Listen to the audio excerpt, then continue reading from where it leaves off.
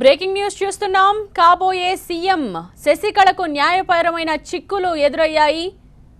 Supreme court వారం రోజుల్లో ఆదాయానికి మించిన ఆస్తుల కేసులో తీర్పు ఇవ్వనుంది. జయలలితతో పాటు నిందితురాలుగా శశికళ కూడా ఉన్నారు. అయితే వారం రోజుల్లో శశికళ భవితవ్యం ఏంటో తేలనుంది. గురువారం ఆవిడ సీఎంగా ప్రమాణ స్వీకారం చేసే అవకాశం ఉన్నట్టుగా తెలుస్తోంది. ఈ నేపథ్యంలో ఇప్పుడు ఎదురవుతున్న న్యాయపరమైన చిక్కులను ఆవిడ ఎలా చూస్తారు, ఎలాంటి వ్యూహం పన్నుతారు అన్నది వేచి చూడాలి. ప్రస్తుతానికైతే వారం రోజుల్లో శశికళ భవితవ్యం తేలబోతోంది. మా ప్రతినిధి మురళి ఉన్నారు మరింత సమాచారం అందించడానికి. Murali,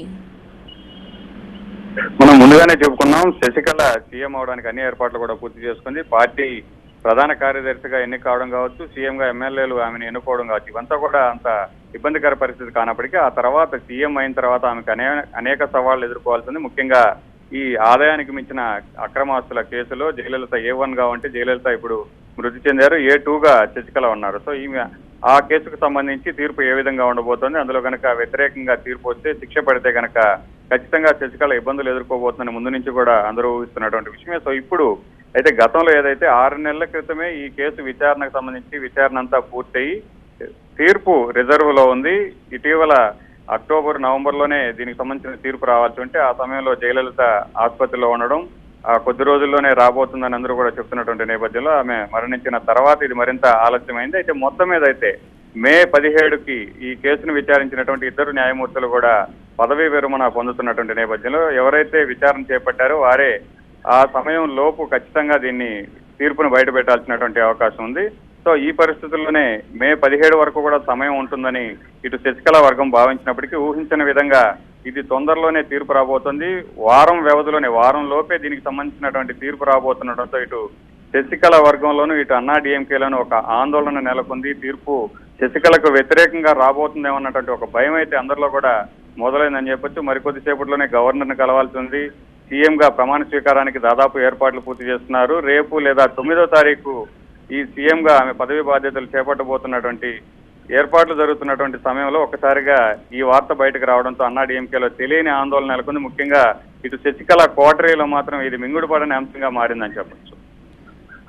thank you Murali. CM కుర్చీ ఎక్కబోతున్నారన్న ఆనందం కొద్దిసేపైనా మిగిల్చకుండానే చిక్కులు ఎదురవుతున్నాయి. శశికళకు న్యాయపరమైన చిక్కులు ఎదురయ్యాయి. జయలలితతో పాటు నిందితురాలుగా శశికళ ఉన్నారు, A2గా ఉన్నారు. ఆదాయానికి మించి అక్రమాస్తులు కలిగి ఉన్నారన్న ఆరోపణల మీద సుప్రీంకోర్టు వారం రోజుల తర్వాత దీని మీద తీర్పు వెలువరించనుంది. ఈ తీర్పులో ఏముంటుంది, శశికళకు శిక్ష పడే అవకాశం ఉందా లేదా అన్నది ఆ తీర్పుతో తెలుస్తుంది. మరి శశికళ భవితవ్యం ఎలా ఉంటుంది అన్నది వారం రోజుల్లో తెలిసే అవకాశం ఉంది. మరోవైపు శశికళ ప్రమాణ స్వీకారానికి ఏర్పాట్లు చురుగ్గా సాగుతున్నాయి. గవర్నర్ కోసం ఓవైపు అన్నాడీఎంకే ఎదురు చూస్తూ ఉంది.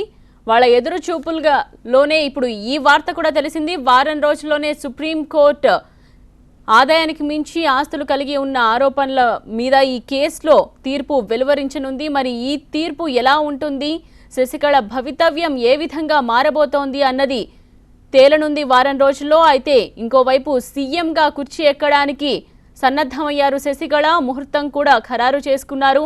గురువారం రోజు ఆమె ప్రమాణ స్వీకారం చేసే అవకాశం కనిపిస్తోంది. మరోవైపు శశికళ భవితవ్యం వారం రోజుల్లో తేలనుంది. సుప్రీంకోర్టు ఎటువంటి తీర్పు వెలువరిస్తుంది అన్నది వేచి చూడాల్సిన అవసరం ఉంది. ఈ నేపథ్యంలోనే అన్నాడీఎంకే నేతల్లో కార్యకర్తల్లో వైపు ఆందోళన మొదలైంది. ఒకవేళ సీఎంగా ప్రమాణ స్వీకారం చేసిన తరువాత శశికళకు వ్యతిరేకంగా తీర్పు కనుక వస్తే ఏంటి పరిస్థితి అన్న దాని మీద ఆలోచనలు జరుపుతున్నట్టుగా తెలుస్తోంది. మళ్లీ తాత్కాలిక సీఎంగా పన్నీరు సెల్వం తెరపైకొచ్చే అవకాశం ఉందా అన్న వాదనలు కూడా ఇప్పుడు వినిపిస్తున్నాయి. జయలలితతో పాటు శశికళ నిందితురాలుగా ఉన్నారు. వారం రోజుల్లో ఇప్పుడు శశికళ భవితవ్యం తేలనుంది. తమిళనాడు సీఎం కావడానికి రెడీ అయిన శశికళకు కోర్టు కష్టాలొచ్చాయి. ఆదాయానికి మించి ఆస్తుల కేసులో శశికళపై వారం రోజుల్లో సుప్రీంకోర్టు తీర్పును వెల్లడించబోతోంది. దివంగత జయలలితతో పాటు శశికళ ఈ కేసులో నిందితురాలుగా ఉన్నారు.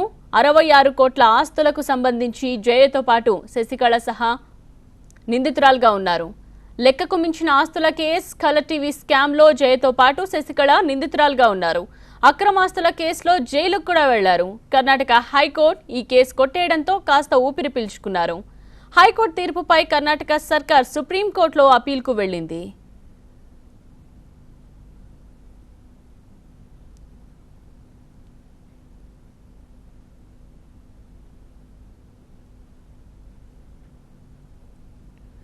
సీఎం కుర్చీ ఎక్కిన తరువాత అనేక సవాళ్లు శశికళకు ఎదురవుతాయి.